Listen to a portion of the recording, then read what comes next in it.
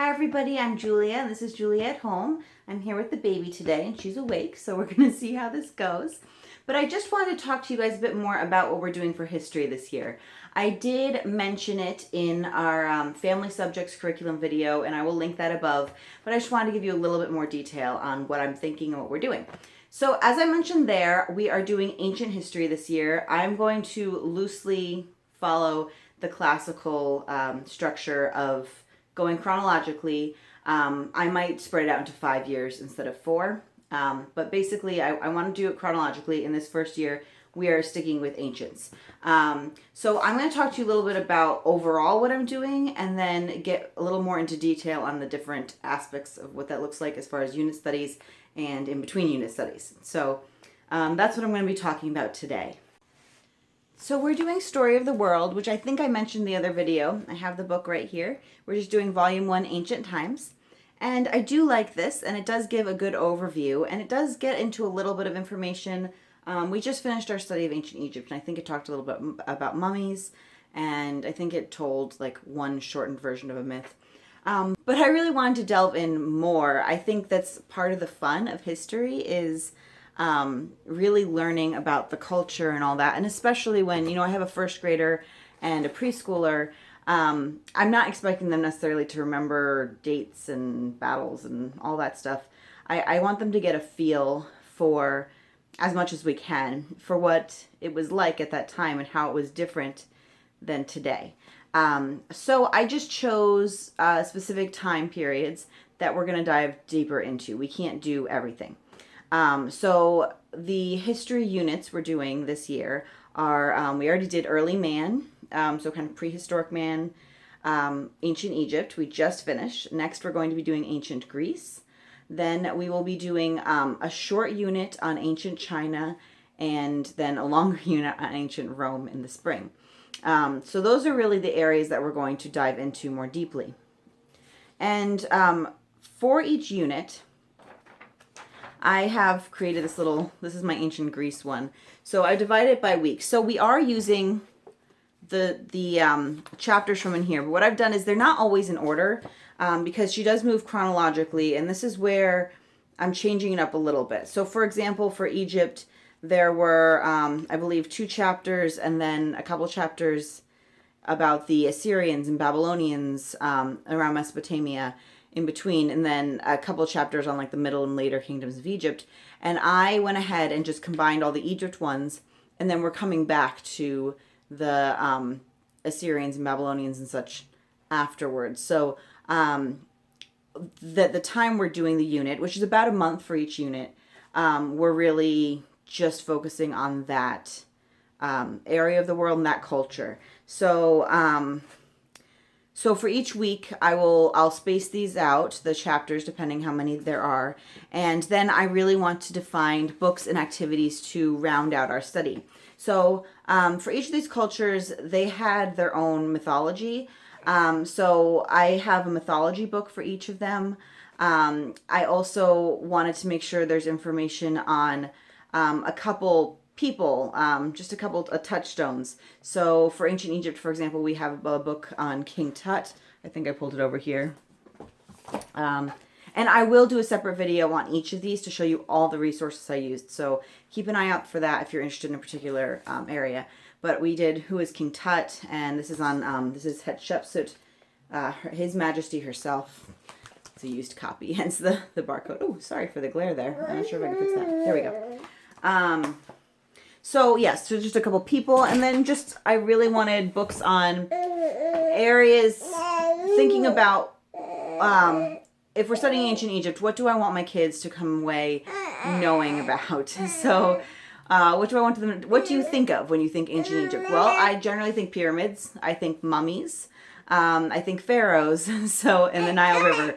So that's really where I looked. We got books on pyramids. The You Wouldn't Want to Be series, hello, is something that my kids really enjoy. So I actually have several of those spread out throughout the year.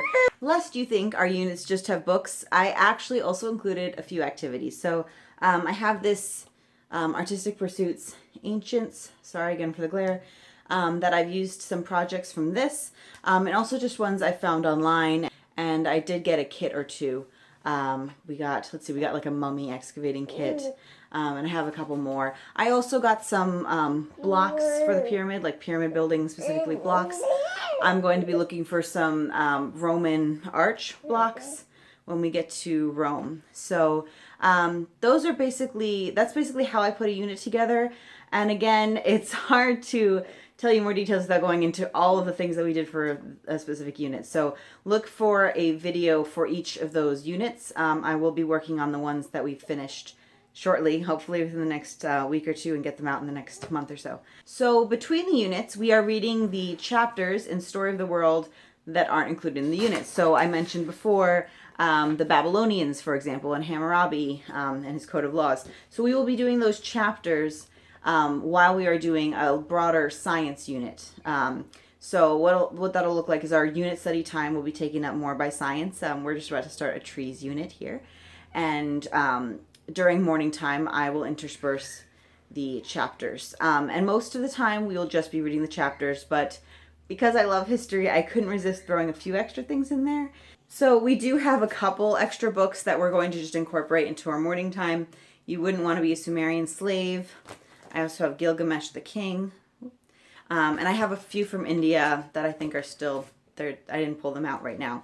And then I do have there's one activity from my Artistic Pursuits Ancient book that I wanted to do. So most of the time, most weeks, we will not have an extra book, but a few weeks sprinkled in there, we will. I just wanted to quickly give you a view of how I organize this. So this is what I've typed up for our Ancient Greece study, which is the next history unit we're doing. I've divided it by week, and you can see the Story of the World chapters there, and I made a note that I want to print out or copy the maps on the coloring page from the activity book, and then other books we're reading and any activities. And then I work that into the week different ways, and this just gives me flexibility. So if, let's say, we would normally do our unit study on Friday, but we have a doctor's appointment that Friday, we can do it on Wednesday or a different day. So I don't plan out by day, but by week, and that way, that seems to be working pretty well so far to finish up what we want to do. I also wanted to just quickly show you, this is what it looks like in between. So this is while we'll be doing our tree unit. And I happen to have a lot of extras for this. I don't for everything, but here I just got really excited. There are some good things to learn about here. So you can see I've got an average of 2 chapters a week, and this one has 3, it looks like. And I will have a couple coloring pages and maps for them to do. They just like to do that while I'm reading. And we have a couple extra books for these ones. But they'll just be done during morning time, where we won't spend any additional time outside on them. This will be our art for the week, and I've already planned that in. The last thing I wanted to share with you is our timeline here. This is our ancient history timeline. It starts at 6000 BC, and those lines there are in 500-year increments up to 500 AD. So you can see we've put a few things on it from our ancient Egypt study. It will get a lot busier as the year goes on. And I'm hoping to have a different one for each year as we're studying, and then to keep them all. And it'll give the kids a good idea of the order of how things happened. I really like it for seeing what happens together. So I'm excited when we get to, let's say, ancient China, and seeing what overlaps and what was happening at the same time. So that is how I'm handling history this year, with our units and then some chapters in between in Story of the World. Let me know if you have any questions. Again, look for more specific videos on the specific topics. I hope you enjoyed this, and I will talk to you later.